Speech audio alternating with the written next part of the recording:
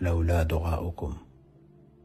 Айт оларға: ей пайғамбар, менің Раббым деген сөзге назар аударыңыз. Пайғамбарымыз саллаллаху алейхи уассалам Аллах тағаламен бірге. Ал біз ше, дұға, аятқа назар аударайық. Айт оларға: ей пайғамбар, егер де сендердің дұғаларың болмаса, Раббым сендерді несіне керек қылсын дейді. Қараңыз, әсте мұқтаж емес Аллах тағала бізге. Ал біз мұқтажбыз. Міне осындай мұқтаж кезімізде, жаңағындай сынақтарға салған кезінде жалынбай қайда барасың? Тек қана жүрегі қатайып кеткен адамдар болмаса, жалынбай, жалбарынбай қайда барасың?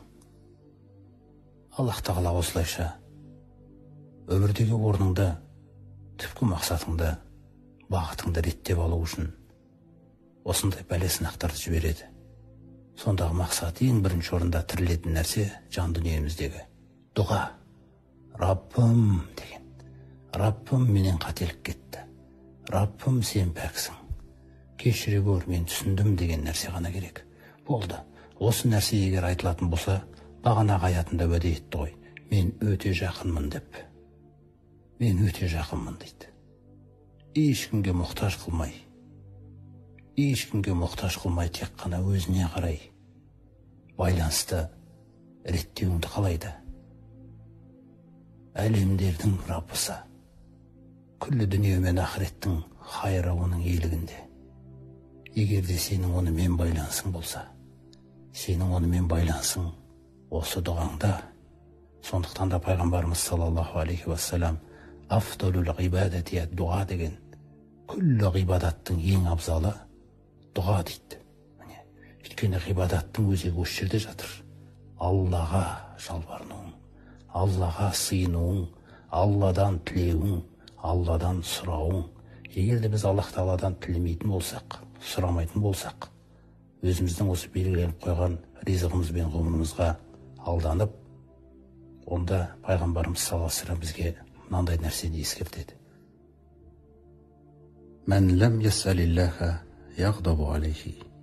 Кімде-кім Алладан сұрамайтын болса, Алла оған ашуланады дейді. Тағы бір риуаятында: Мән ләм ядғуллаха субханаху ғадиба алейхи.